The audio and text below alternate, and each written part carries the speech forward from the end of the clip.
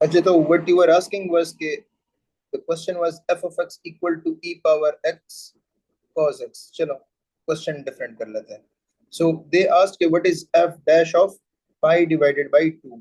इसका ये मतलब है कि जब आप लोग इस फंक्शन f of x का डेरिवेटिव ले लो, जो आप लोगों के पास f dash of x आएगा, सही है, उसमें जो भी राइट साइड पे हो उसमें x की जगह पे पाई बाई 2 पुट कर लो और फिर चेक करो कि आपके पास वैल्यू क्या आती है.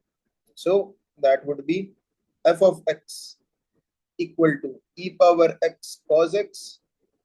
तो इसका डेरिवेटिव कर लो, f dash of x equal to e power x into minus sine x plus cos x e power x. Pi by 2 put कर लो, f dash of pi by 2 will be equal to e power pi by 2 into minus of sin pi by 2 plus cos of pi by 2 is 0. So you'll get what? F dash of pi by 2 equal to e power pi by 2. Sin pi by 2 1 होता है तो minus 1 multiply हो जाएगा, मतलब सिर्फ. So f dash of pi by 2 equal to e power minus pi by 2. सही है, e power minus pi by 2. इसका एक अल्टरनेटिव क्वेश्चंस आपको एनईटी में ये भी दे सकते हैं. f of x equal to e power x sin x, g of x equal to e power x cos x. Find f dash of pi by 2 plus g dash of pi by 2. सही है, ये question दे सकते हैं. Length है थोड़ा सा, but like है बहुत आसान. सो बेटा इसका हमने निकाला था, ये आया था पाई by 2, sorry E power pi by 2,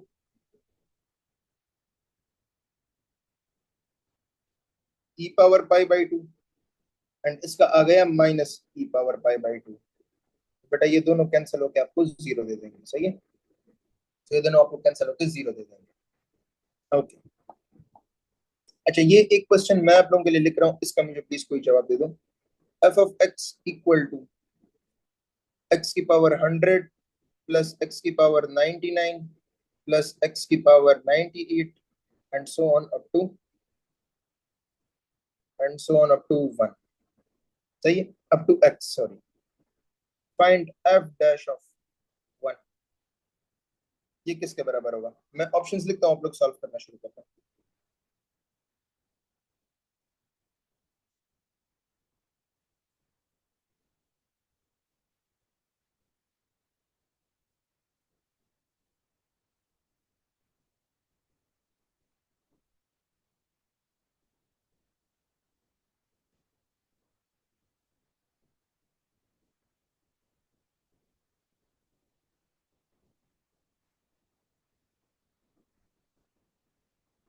जिसका आंसर आ जाए वो सिर्फ डन लिख देना.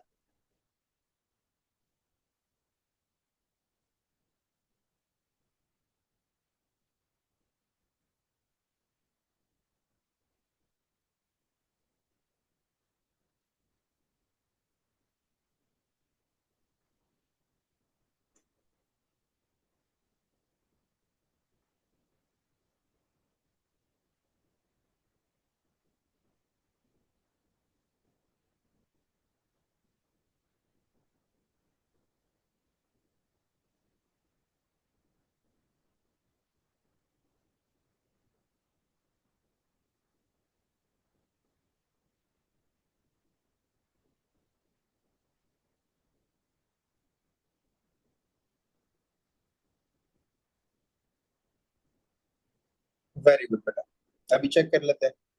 तो बेटा पहले f डैश ऑफ x निकाल लेते हैं. f डैश ऑफ x इसका बराबर हो जाएगा, x की पावर 100 का डेरिवेटिव होगा 100 x की पावर 99 प्लस 99 x की पावर 98 प्लस 98 x की power 97 and so on up to x का डेरिवेटिव हो जाएगा 1.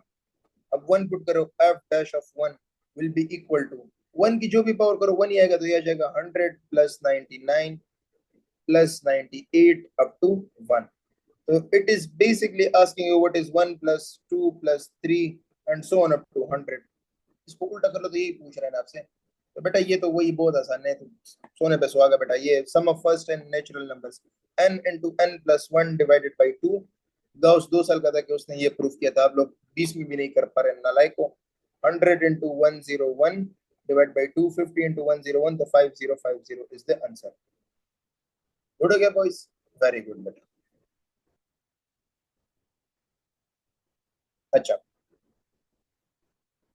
अब एक परमुटेशन कॉम्बिनेशन से कुछ चीज आती है that we need to know. सही है. सबसे पहले जो कॉम्बिनेशन में से आता है दैट इज परमुटेशन से, दैट इज एन. अच्छा, मैंने आप लोगों को ये बात तो बताई थी ना कि कॉम्बिनेशन और परमुटेशन में फर्क क्या होता है. लेट मी जस्ट री एक्सप्लेन दैट अगेन. सो बेटा रिमेंबर, अगर आप लोगों ने कभी जियोमेट्रिकल क्वेश्चन सॉल्व कर रहे हो, जियोमेट्रिकल कितने लाइन बनेंगे, कितने ट्राइंगल बनेंगे, कितने मतलब इस तरह के जो क्वेश्चन हो, तो उसमें आप लोग कॉम्बिनेशन यूज करते हो. एंड दूसरा व्हेन यू आर सेलेक्टिंग और चूजिंग, सेलेक्टिंग स्लैश चूजिंग. सही है. इन दोनों में आप कॉम्बिनेशन यूज करते हो. इसके अलावा अच्छा, इनमें ऑर्डर मैटर नहीं करता. आप लोग अभी चूज कर रहे हो तो ऑर्डर डज नॉट मैटर कि आपने किस तरह चूज किया. आपने पहले ए को उठाया, पहले बी को उठाया, बस सिर्फ उठाना है. बात खत्म, सिर्फ उठाना है. परमुटेशन में ऑर्डर मैटर करता है. परमुटेशन में आप लोग अरेंजमेंट की बात करते हो, अरेंजमेंट या नंबर ऑफ वेज, इस तरह की जो वर्डिंग आती है ना, तो उसमें आप लोग परमुटेशन लगा के आ जाते हो. Number of ways. सही है. And so on. तो बेटा परमुटेशन में फिर अरेंजमेंट मैटर करती है. अब आप लोगों ने फॉर एग्जांपल अगर कोई बैच की तस्वीर लेगा, सही है ना, जो हमारा था, तो बेटा उसमें यहाँ पे क्या कहते हैं, प्रिंसिपल बैठा था. अब ये नहीं था कि यहाँ पे सामने मैं बैठा हूँ. ये तो नहीं था ना कि मैंने उस प्रिंसिपल का सर आप पीछे चले जाए, हम परमुटेशन समझा रहे हैं, मैं आगे बैठूंगा आज. सही है ना बेटा. तो मैं क्या कहते हैं, अभी बलोचिस्तान में होता अगर इस तरह मैं करता. सही है. तो ऑर्डर मैटर करती है. सामने आपने इंपॉर्टेंट बंदे को ही बिठाना है व्हेन यू आर अरेंजिंग. सही है. सो परमुटेशन में अरेंजमेंट मैटर करते हैं. अब इंपॉर्टेंट बात यह है कि बेटा n nCr represents combination, nPr represents permutation. तो बेटा ये याद रखना कि अगर आप लोगों ने कभी परमुटेशन मार के आना हो, तो इसका एक अल्टरनेटिव तरीका भी है.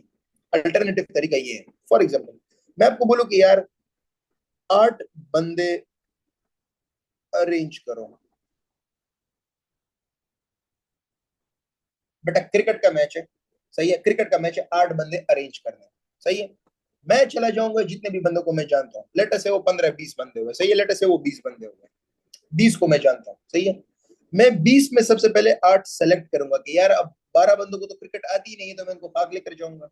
सही है. स्पेक्टेटर्स तो नहीं चाहिए हमें, तो प्लेयर चाहिए. मैं पहले जाके 20 में से 8 सेलेक्ट कर लूंगा. 20 कॉम्बिनेशन 8. सही है. मैं पहले 20 में से 8 सेलेक्ट कर लूंगा. फिर जो उन 8 को मैंने सेलेक्ट किया, और मैं 2 को बॉलर बनाऊंगा, दो एक को कैप्टन बनाऊंगा, एक को वाइस कैप्टन बनाऊंगा. सही है ना. एक को ड्रिंक्स वाला बनाऊंगा एंड सो ऑन. सही है. तो फिर मैं उन 8 बंदों को मतलब अरेंज करूंगा 8 फैक्टोरियल में, क्योंकि वो सब डिस्टिंक्ट हो गए, तो मैं 8 फैक्टोरियल लगा रहा हूँ. सही है. ये सीधा बराबर होगा 20 परमुटेशन 8 के. आप लोग पहले से 8 बंदे आपके पास होते, 20 में से आप उनको सीधा अरेंज कर देते, या पहले आप चले गए, आपने 20 में से 8 चूज किए, फिर प्लानिंग वगैरह करके उनको अरेंज किया. They both are same. So the formula is NCR dot R factorial is equal to NPR. ये फॉर्मूला पूछा जाता है और इसी के बेस पे क्वेश्चन आते हैं. सही है. So they'll give you NCR equal to 6, NPR equal to क्या कहते हैं, let us say 24. Find R factorial. Sorry, find R. ये सॉल्व कर लो बेटा. फॉर्मूला आप लोगों के सामने लेके आए. NCR is 6, NPR is 24. Find the value of R.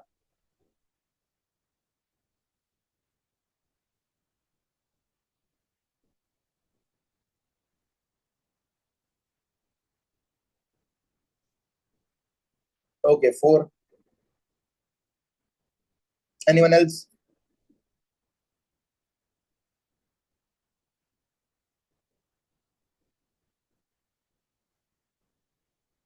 बेटा सिर्फ डन बिलीव तो काम हो जाएगा. ओके 4. धीरे धीरे समझ में आ रहा है कि नस्ट की कोई गलती नहीं थी. नालायक आप लोग खुद हो.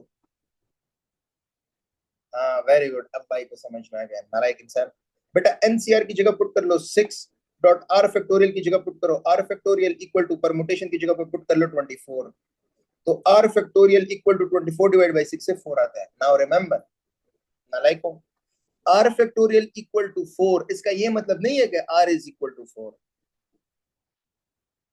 गलत है ये.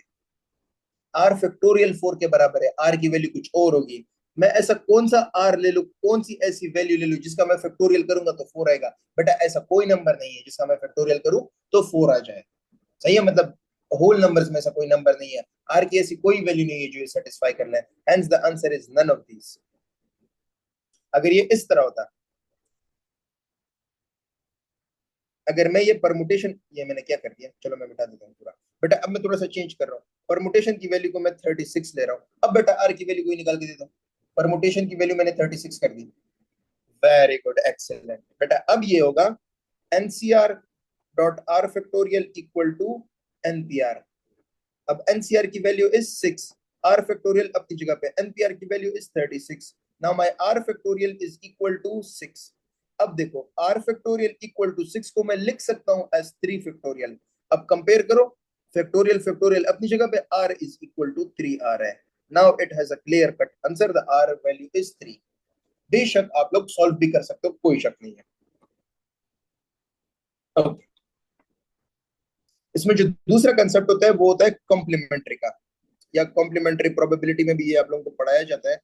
That is nCr equal to nCn minus r. बेटा आप लोगों को बाइनोमियल में मैंने एक बात बताई थी, फर्स्ट टर्म बराबर होता है लास्ट के, सेकंड बराबर होता है सेकंड लास्ट के, थर्ड बराबर होता है थर्ड लास्ट के। बाइनोमियल जब सीरीज आप लिखते हो ना, वो n combination zero a power n minus r b power r, वो जब लिखते हो ना, उसमें फर्स्ट लास्ट के बराबर होता है, सेकंड सेकंड लास्ट के, थर्ड थर्ड लास्ट के, मिडिल वाला फिर एक होता है। सही है ना? तो बेटा वो जो था उसमें ये वाला कंसेप्ट लगता है, ये वही हमें पता चल रहा है कि एनसीआर मतलब कि अगर मैं आप लोगों को बोलूं कि 12 कॉम्बिनेशन 2, बेटा ये बराबर होगा 12 कॉम्बिनेशन 12 माइनस 2।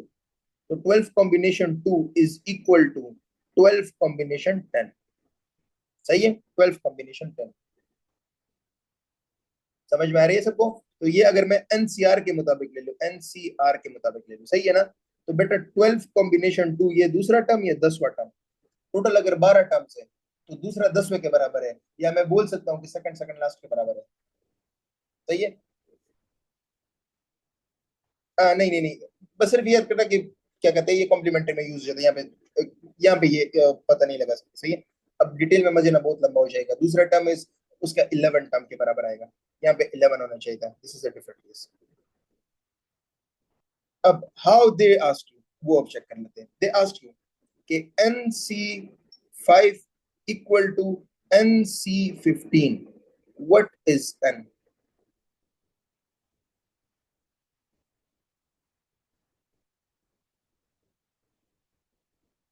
ट्राई कर लो बेटा, चैट में सिर्फ यस और नो बता दो, या डन लिखो।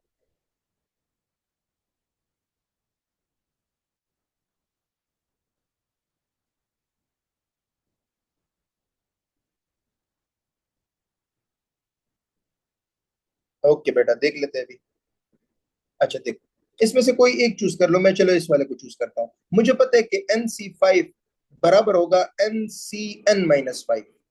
सही है, NCN-5। तो ये अगर NCN-5 के बराबर है तो मैं इसकी जगह पे लिख लूंगा NCN-5। उस साइड पे हो जाएगा NC15। तो बेटा n n दोनों साइड पे इक्वल है, तो N-5 should be equal to 15। तो n इक्वल टू 20 आ जाएगा। सही है, n इक्वल टू 20 आ जाएगा। बैक सॉल्व भी कर सकते हैं, अगर 20 पुट कर लेते तो 20 combination 5 is equal to 20 combination 15। बिल्कुल सही है, क्योंकि 20 कॉम्बिनेशन 20 माइनस 5 से 20 कॉम्बिनेशन 15 आ जाएगा। Very good.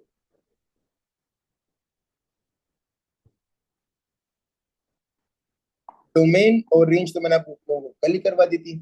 अच्छा, अब थोड़ा सा let us check, let me in fact find a good thing. अच्छा बेटा अभी बात कर लेते हैं सबसे खूबसूरत topic, that is continuity.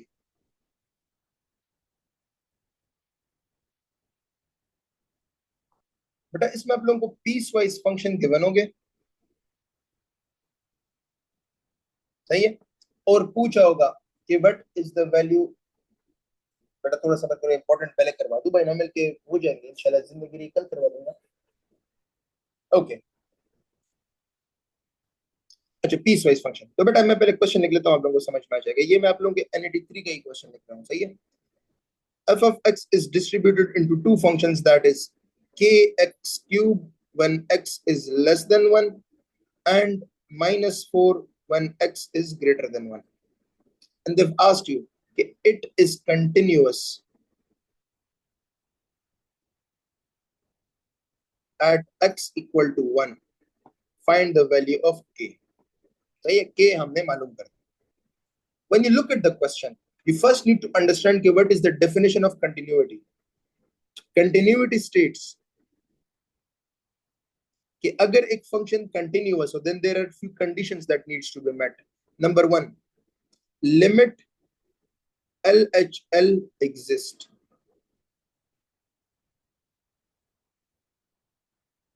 Limit, actually मैं simplify कर लेता हूँ, दो ही कर लेते हैं सिर्फ. Limit LHL at x equal to a should be equal to limit RHL at x equal to a.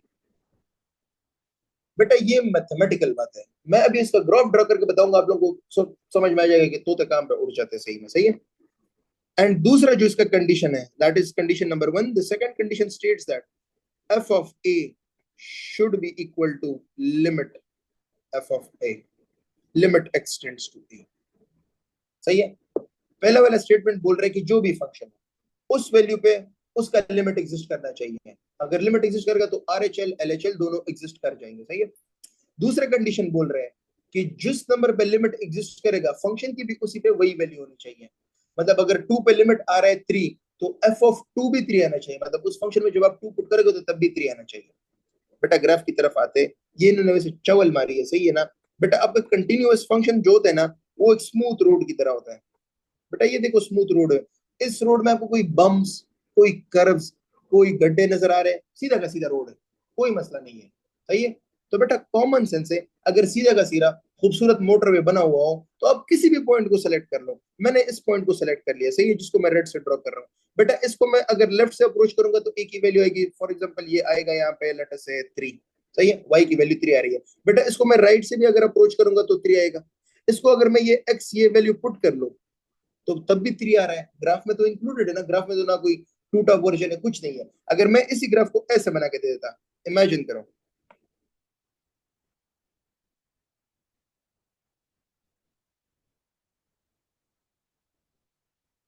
अब देखो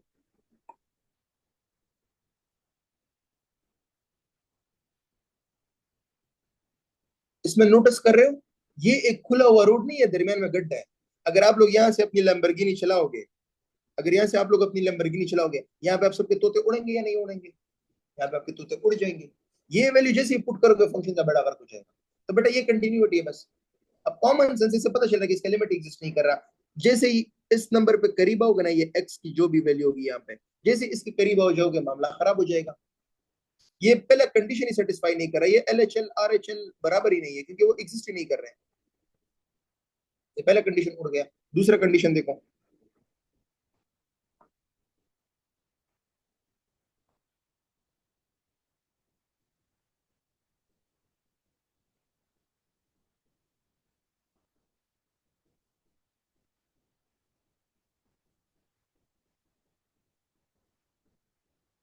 ऐसा भी हो सकता है कि आप लोग जब इस रोड पे आ रहे हो, जब आप लोग इस रोड पे तशरीफ लेकर आ रहे हो, सही है, ये हो सकता है कि लिमिट एग्जिस्ट करे.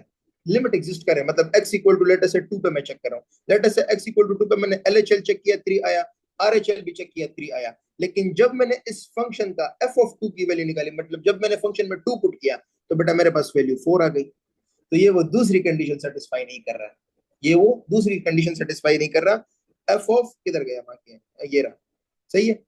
f ऑफ a की वैल्यू लिमिट के बराबर नहीं है. सही है. f ऑफ a की value is not equal to the limit value at x equal to a. अब क्वेश्चन पे आ जाए.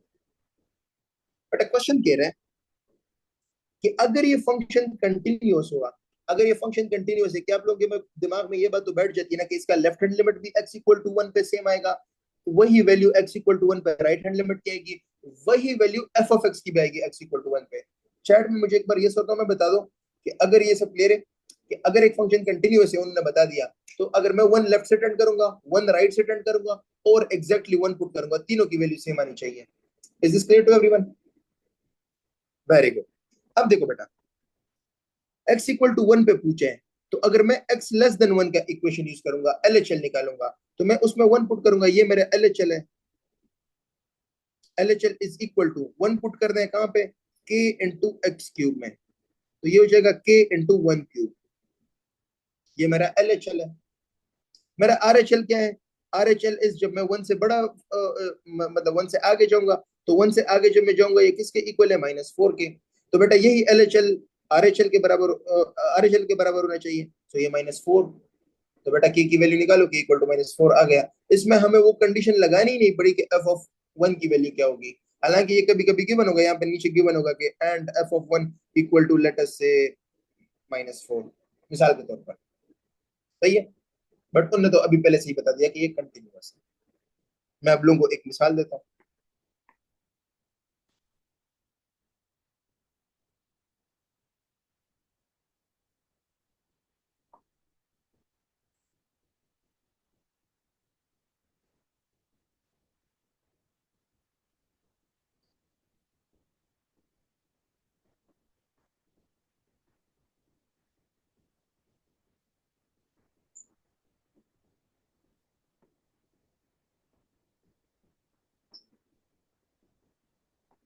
हाँ बेटा, क्वेश्चन को देखो और मुझे बताओ यस और नो में, या सिर्फ डन लिखो। क्वेश्चन ये बोल रहा है कि f ऑफ x बराबर है x माइनस वन के, अगर x ग्रेटर देन वन हुआ।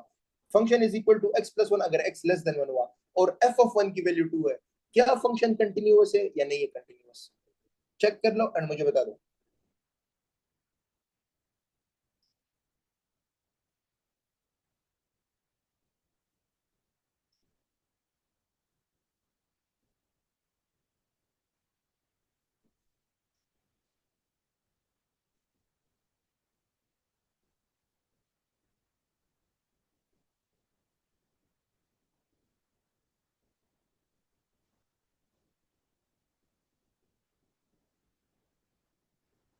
Very good.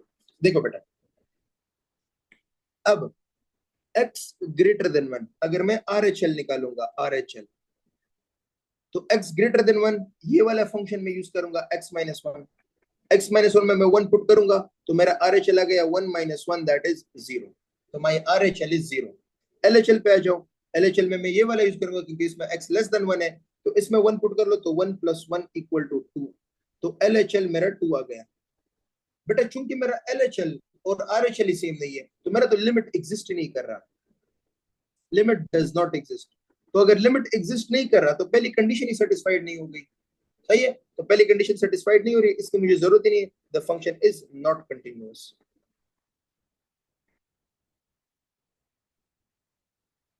सही है, फंक्शन इज नॉट कंटिन्यूअस। एक और मिसाल देता हूं, उसके बाद कर देखते हैं। F of x equal to x minus one if x is greater than one, and zero if x is less than 0. Find f of, sorry. If x is less than 1, find f of 1 if function is continuous. हाँ बेटा, इसको try कर लो।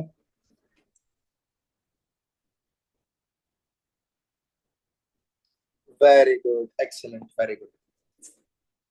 देखो बेटा, सबसे पहले हम RHL मालूम करते हैं। RHL के लिए मैं ये वाला फंक्शन यूज करूंगा, सही है, क्योंकि वन से मैं राइट साइड पे देख रहा हूँ, तो ग्रेटर देन वन वाला यूज करूंगा। वन इसमें पुट करो, one minus one equal to zero आ गया। LHL में चेक करूंगा, तो मैं ये वाला चेक करूंगा, LHL भी मेरा जीरो है, पहले से गिवन है। तो बेटा अगर RHL जीरो है, LHL जीरो है, मतलब लिमिट एग्जिस्ट कर रहे हैं और लिमिट की वैल्यू जीरो है। उन्होंने ये भी बोला है कि फंक्शन इज कंटिन्यूअस, तो कंटिन्यूअस तब होता है when LHL equal to RHL equal to f of a। तो f ऑफ a की वैल्यू क्या होनी चाहिए अगर ये दोनों जीरो जीरो? बेटा ये भी जीरो होनी चाहिए, सो f of one is also zero. Very good.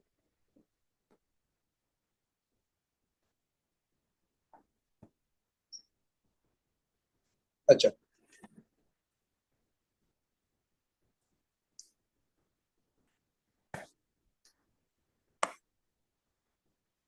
बेटा, कभी कभी ये हो जाता है ना, मैं मिसाल देता हूँ।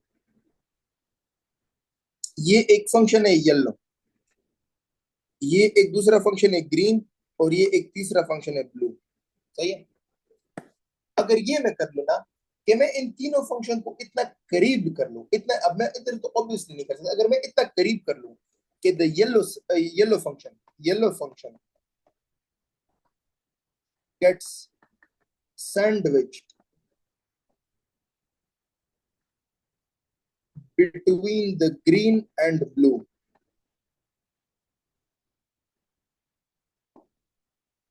then limit x tends to a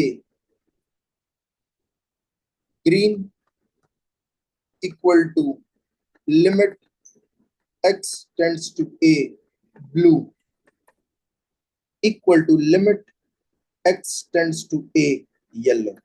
इसका ये मतलब है कि अगर एक फंक्शन दो दूसरे फंक्शन के दरमियान में फंस गया, सही है, जिस तरह अभी हम लोग फंसे हुए, सही है ना, अगर एक फंक्शन दूसरे दो फंक्शंस के दरमियान फंस गया और उन दूसरे दो फंक्शन का x इक्वल टू a पे लिमिट सेम आ रहा हो, इस वाले फंक्शन का भी सेम आएगा। ये बात सबको समझ में आ गई? मतलब अगर मैं x इक्वल टू 2 पे लिमिट निकालू ब्लू वाले फंक्शन की, और वही वैल्यू मेरे पास आ गई ग्रीन वाले की फंक्शन की भी, मतलब ये जो ग्रीन ग्राफ है इसका भी x इक्वल टू 2 पे लिमिट 3 आ रहा है, ब्लू वाले का भी x इक्वल टू 2 पे लिमिट 3 आ रहा है, तो ग्रीन वाले का x इक्वल टू 2 पे लिमिट क्या होगा बॉयज? सॉरी, येलो वाले का x इक्वल टू 2 पे लिमिट क्या होगा बॉयज?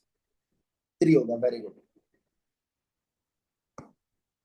ये जो आप लोग ये वाला कर रहे थे ना, limit x tending to infinity sine x over x, बेटा ये तो मैंने आप लोगों को कंसेप्ट से करवाया था। When I was giving the lectures I mentioned कि sin x का ग्राफ या sin x की वैल्यू -1 से लेकर 1 के दरमियान में होती है, सही है ना?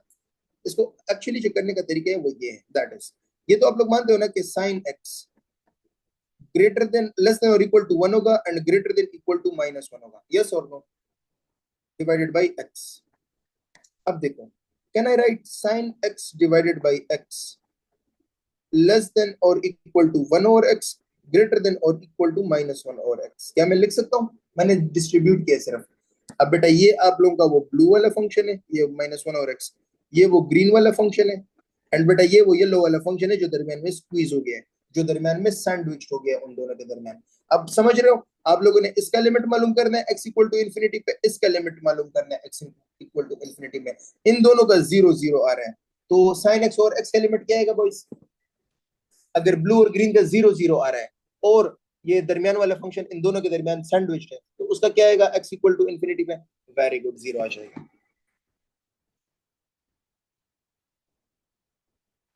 सो limit x tends to infinity sine of x और x भी 0 का, इसको बेटा सैंडविच थ्योरम बोलते हैं, सही है। डरना नहीं है, वो आप लोगों को ये क्वेश्चन सिर्फ इस तरह दे देंगे।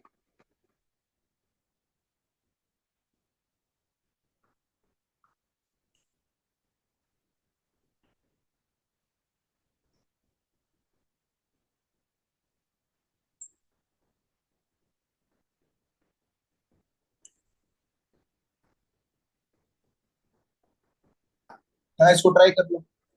f of x is greater than less than equal to square root of 3 but greater than or equal to square root of x square minus 1 if x is tending to 2, find the limit of f of x।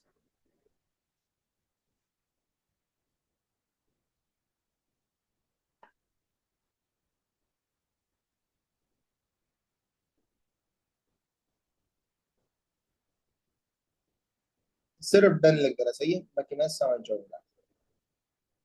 Very good, excellent, very good. But अब ये तो पहले से मालूम हुआ है, इसमें तो मुझे कुछ करना नहीं है। मैं इधर x की वैल्यू पुट कर लेता हूँ, तो ये हो जाएगा square root of 2 square which is 4, 4 -1 से 3 आता है, तो ये हो जाएगा square root of 3 less than equal to f of x।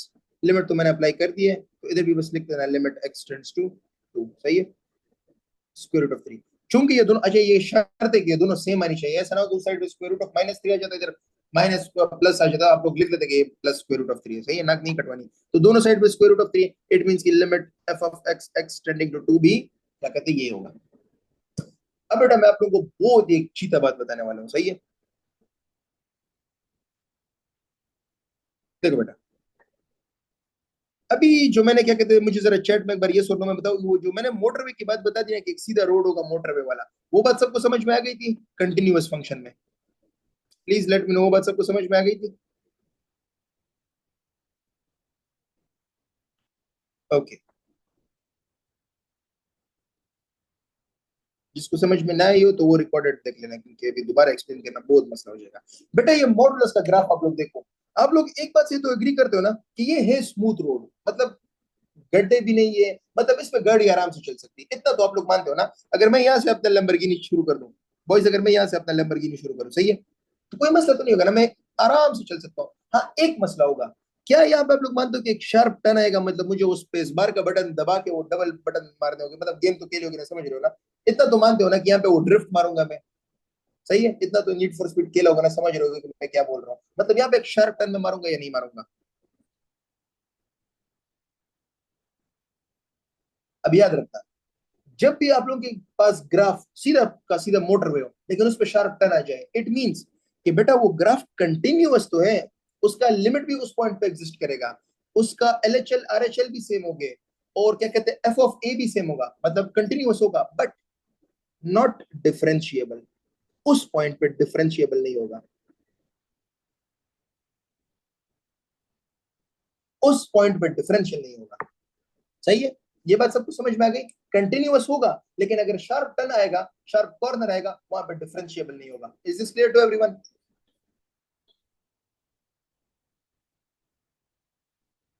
अच्छा, एक बात याद रखना, कुछ बच्चों को ये क्वेश्चन आ जाते कभी कभी, आप लोग को ग्राफ देते, अगर मैं इसी क्वेश्चन में पूछूं कि how many tangent line can be drawn over here to this graph of modulus, ये कोई ना बोल देना कि सर जीरो। आप लोग कहते हैं कि सर जीरो क्योंकि ये तो डिफरेंशिएबल है, तो बेवकूफ इंसान, टेंजेंट लाइन तो सिर्फ आप लोगों को क्या कहते हैं, स्लोप नहीं बताती है। रेड लाइन जो मैंने बनाई है ये भी तो टेंजेंट ही है ना। टेंजेंट तो ये कहता है बस एक पॉइंट से टच करके चला जाए, बस वो तो टच कर रहा है पहले से। Tangent line can be drawn but it is not differentiable, मतलब वो टेंजेंट लाइन इस मॉडुलस के ग्राफ का स्लोप नहीं देगा हमें। सही है, तो स्लोप इसके डिफाइन ही नहीं है यहाँ पे, इस मॉडुलस के ग्राफ की इस पॉइंट पे बात कर रहा हूँ। सही है। So if I ask you, अब ये तो बाकी मैंने आपको मॉडुलस में समझाया था वैसे, कि मॉडुलस के दो ही आंसर होते हैं, अगर बाउंड्री पॉइंट से बड़ा हो गया तो हमेशा डेरिवेटिव वन, अगर बाउंड्री पॉइंट से कम हो गया हमेशा डेरिवेटिव माइनस वन, कुछ कैलकुलेट करने की जरूरत नहीं है। यार खुद देखो ना, ये इसका बाउंड्री पॉइंट है या लाइन ऑफ सिमेट्री, ये जो मैंने बताया था आपको पिछले क्लास में कि एक्स मतलब मॉडुलस के अंदर जो हो उसको जीरो पुट करो। अब खुद सोचो, इसके राइट साइड पे जाओगे ये एक ही लाइन बनेगी, तो टेंजेंट लाइन हमेशा इसी की तरह होगी। मतलब अगर कोई मुझसे पूछे कि इस पॉइंट पे मुझे स्लोप बताओ, तो मैं इस ग्रीन पॉइंट पे टेंजेंट लाइन बनाऊंगा, तो बेटा वो तो यही लाइन होगी जो मैं इस पॉइंट पे भी बनाऊंगा, या इस पॉइंट पे भी, या इस पॉइंट पे भी। तो अगर मैं x equal to greater than boundary put कर रहा हूँ, डेरिवेटिव हमेशा वन, और अगर मैं उसके लेफ्ट पे पुट कर रहा हूँ, डेरिवेटिव हमेशा माइनस वन। बेटा ये basically y equal to x की लाइन है, ये y equal to minus x की लाइन है। सही है, मैं मिसाल देता हूँ। बेटा f of x equal to modulus of x minus one plus modulus of x minus two, what is f dash of three? सीधा बता सकते हो एफ डैश ऑफ थ्री क्या होगा?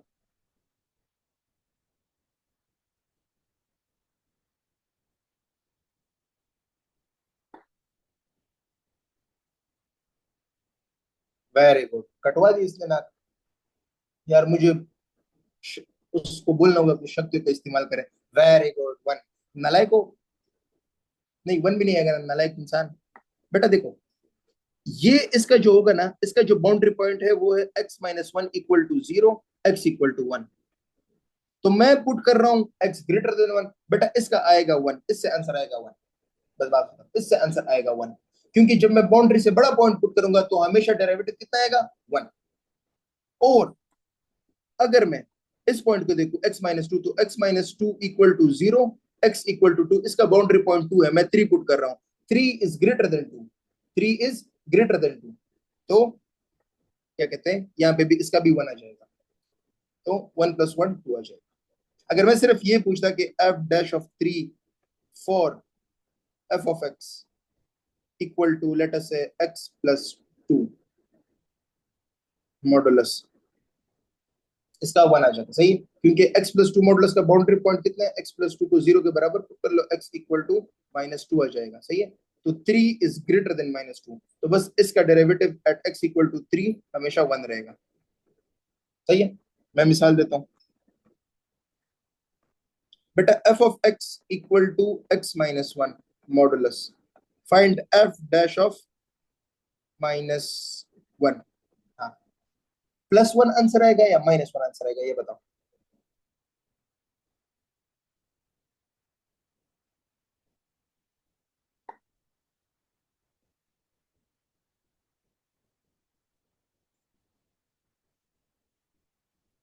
ओके, चलो मुझे इसका बाउंड्री पॉइंट बताओ जरा जल्दी से। बाउंड्री पॉइंट क्या है इस मॉडुलस फंक्शन का? 1 है। अब -1 1 से बड़ा है या छोटा है? -1 1 से बड़ा है या छोटा है? जब छोटा होगा तो जब छोटा होगा तो डेरिवेटिव -1 आएगा, नालायक हो। बेटा x-1 equal to 0, x equal to 1 आ गया। मुझे उन्होंने पॉइंट क्या दिया? -1।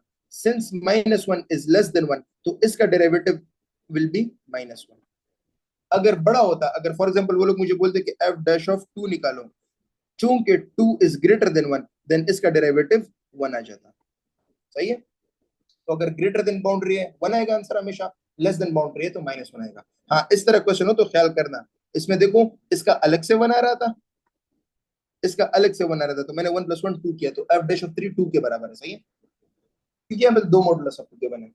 चलो बॉयज, दैट्स इनफ, बाकी फिर कल देखते हैं इंशाल्लाह। Thank you so much.